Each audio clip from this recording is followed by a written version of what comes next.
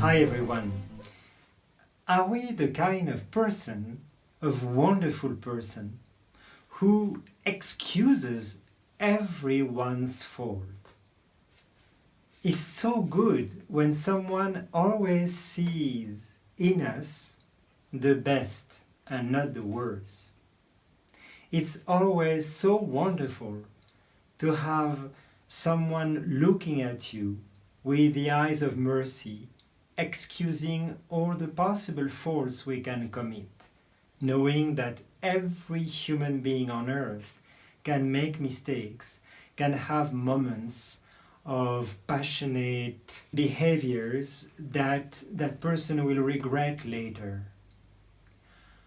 Or are we the kind of person who have the tendency to always see the bad, what's going wrong in a person, the faults, the defects, shortcomings of others, without having any consideration for the good of the person, the good intentions, the good actions, the good things that that person has done in the past?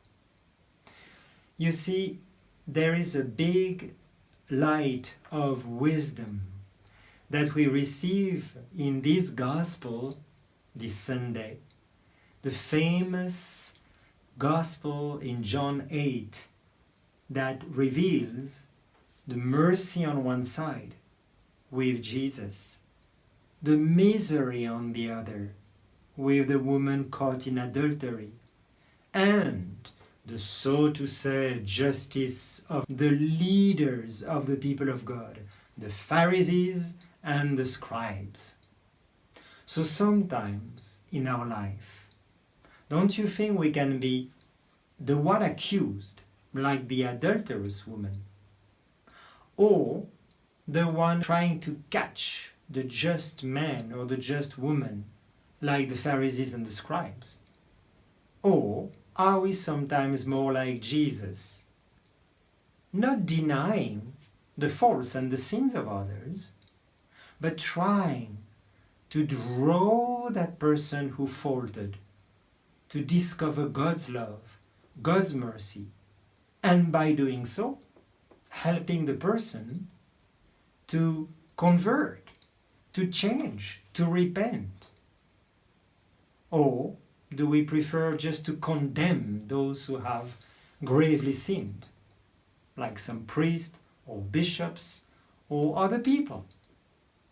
Who are we to judge? So, you see, when the Pharisees and the scribes bring to Jesus that woman caught in adultery, where did they find her? So they spend the night chasing that poor woman to bring her to Jesus in the morning, whereas Jesus was praying during that night. You see? So in the morning, they wanted to catch Jesus. They wanted to accuse him, to find an opportunity to condemn him. Because, as they say, Master, we caught that woman in the very act of adultery. Moses in the law said that those women need to die. What do you say? You see the game they are playing? They try to trap Jesus in their mischievous plan. Jesus doesn't deny the fault of that woman. Jesus doesn't say, yes, the law of Moses says, so go ahead, stone her. No. Jesus doesn't say anything at first. He bends, writes in silence something in the sand, maybe the sins of the people accusing the poor woman. And because they persist to question Jesus, Jesus finally said,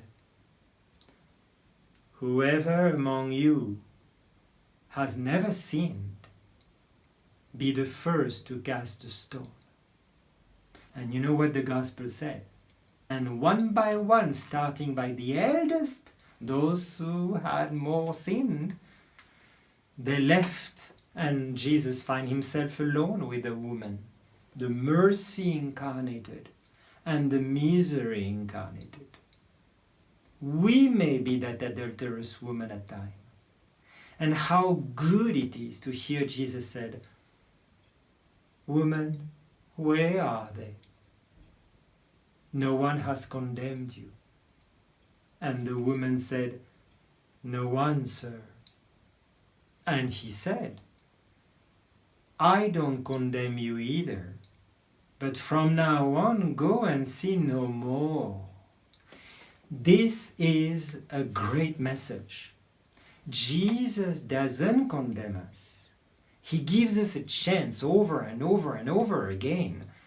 And we know when we go to confession often, we promise not to do it again, not to touch this again. If we are addicted to something or to be unfaithful, we promise and we know deep down that we may sin again.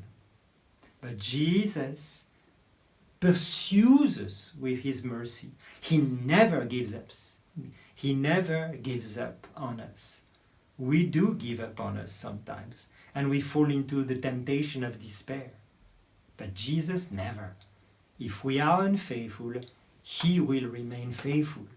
So this gospel is the gospel of hope for those who feel guilty with past sins, and this is the gospel of hope. Let's hear it and in turn look at our brothers and sisters with mercy, with the mercy of Jesus. And that's the true conversion, maybe for us, that we need to do during this time of Lent before the Holy Week. God bless you all.